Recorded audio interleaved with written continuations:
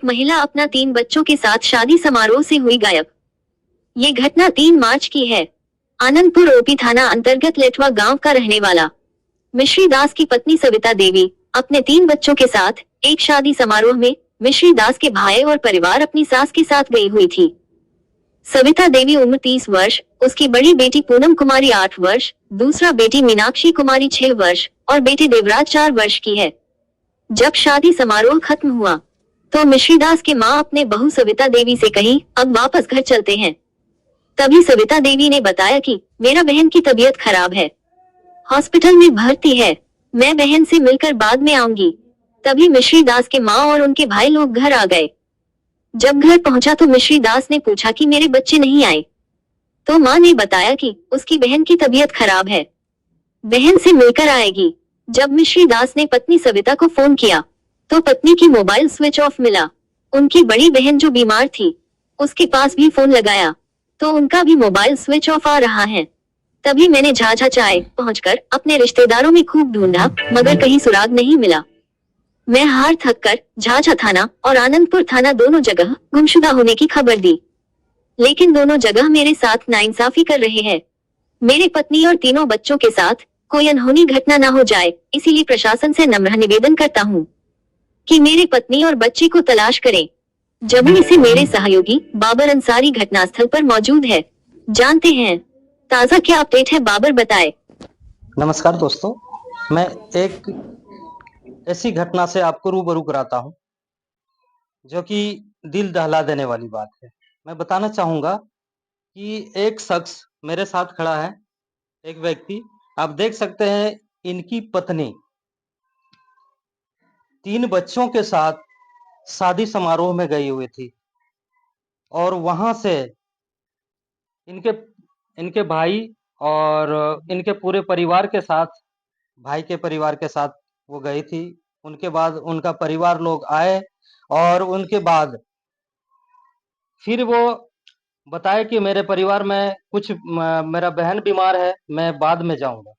मैं बताना चाहूंगा और उसके बाद से फिर उन दोनों का मोबाइल स्विच ऑफ है और अभी तक 3 बच्चों के साथ इनकी पत्नी सविता देवी सविता देवी वो गायब है। आज 3 दिनों से, कई दिनों से है? 3 तारीख से ही गायब है। 3 तारीख से गायब है। ये चीज बताएं, अभी लगभग 3 तारीख से गायब है। तो कहाँ गए थे आपका परिवार? मेरा परिवार गया था मेरा भाई का ससुराल चाय, और चाय से ही जो है गायब है। 3 तारीख को 3 बजे लगभग। आपका नाम क्या हुआ? मिश्री दास। और गांव? लेटवा। कौन सी गांव? लेटवा। लेटवा गांव है जी। कौन से थाना है?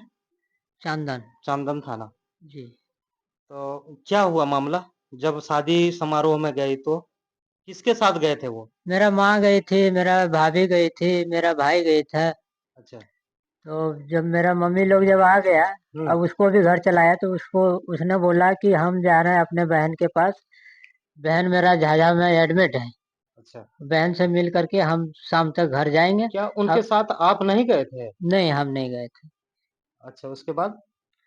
उसके बाद जो है वो मम्मी लोग को भेज दिया कि आप लोग जाइए, हम जो है शाम तक जाएंगे घर। उसका बहन जिसका नाम लिया था वो उसका ससुराल है करारा। करहारा? जी। ये करहारा कहाँ पड़ता है? करारा झाझा झाझा की ओर? झाझा की ओर है। हाँ।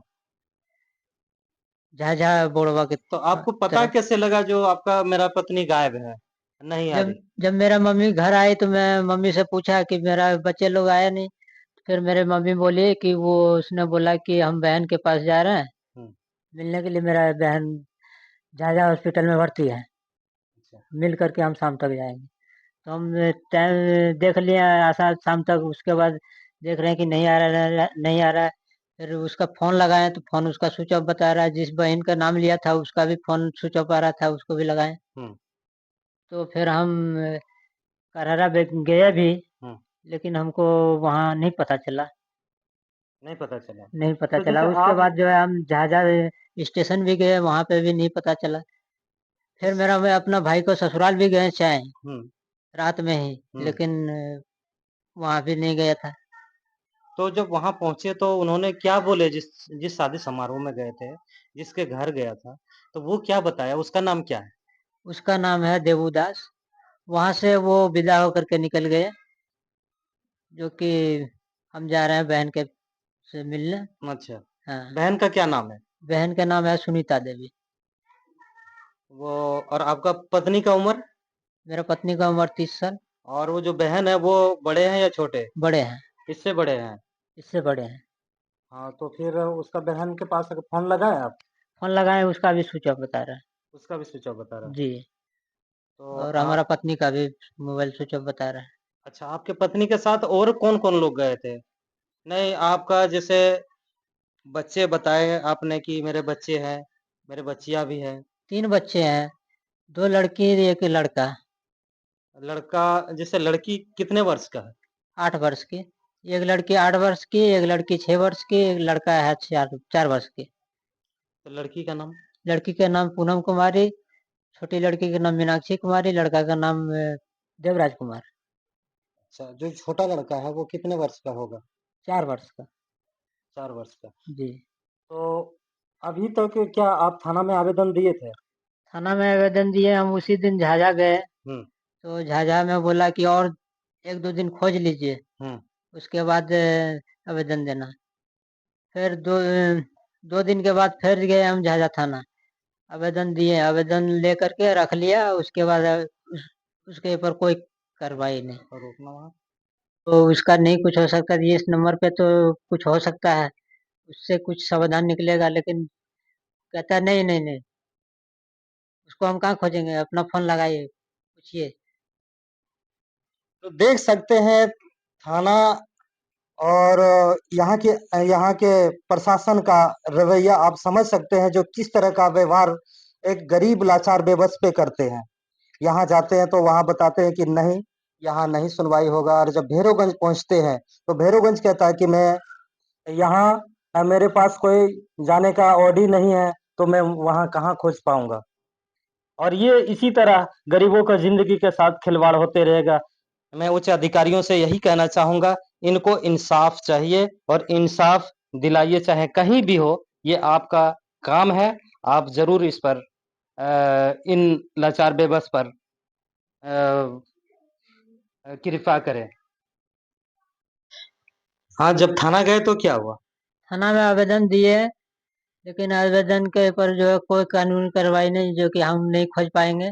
कौन से थाना बोला आपको जो नहीं खोज पाएंगे हम? झाझा थाना। क्या बताया उन्होंने? जो है हमारा काम नहीं है, हम नहीं खोजेंगे इसको। तो और बोलता है थाना, कि झाझा थाना अध्यक्ष, ये किसका काम होता है? या फिर आप, जम्मू जिला के अधिकारियों से मैं डीएम साहब से भी आग्रह करना चाहूंगा, जब थाना, जब कोई पीड़ित अगर थाना पहुंचते हैं तो ये डायरेक्ट कहते हैं कि ये हमारा काम नहीं है। तो डीएम साहिबा आप ही बताइए, एसपी साहब आप भी बताइए, जो फिर वो अगर कोई पीड़िता है तो उसका इंसाफ कैसे मिलेगा और कौन जाएगा ढूंढने? और ये किसका काम होता है? पर लोग अगर किसी भी तरह का अगर मुसीबत आता है या कोई भी परेशानी, तो डायरेक्ट प्रशासन से मदद लिया जाता है, प्रशासन को सूचित किया जाता है। और प्रशासन ही इस तरह अगर किसी के साथ अगर चेहरा देख के या तो फिर गरीबी देखकर अगर उस पर वो अगर हंसी उड़ाए, तो फिर इंसाफ कहाँ मिलेगा इन लोगों को? तो क्या क्या बोले फिर?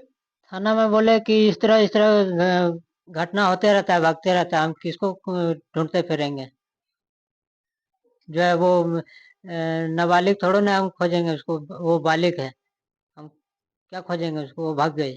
और ये फिर यहाँ आपका उसके लेटवा थाना में गए थे हाँ, आप? उसके बाद हम जो है भैरवगंज थाना में भी आवेदन दिए। हम्म। तो भैरवगंज थाना का कहना है जो कि हम हमारा ओपी यहाँ नहीं बनता है, जो है हम नहीं केस लेंगे, जो है झाझा थाना में दीजिए। और झाझा थाना में भी जाते हैं तो झाझा थाना वाला कहता है अपना थाना में दीजिए, अपना थाना बोलता है झाझा थाना में दीजिए।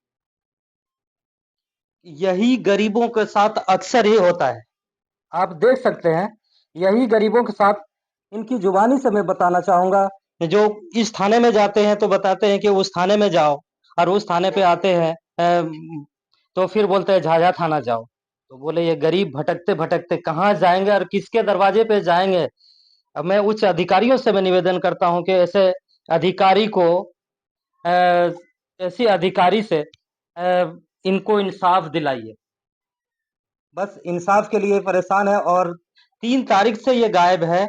इनके बच्ची और इनके पत्नी के साथ 3-3 बच्चे हैं। अब बताइए इनके साथ क्या बीतता होगा, ये आप समझ सकते हैं। और आपको किसी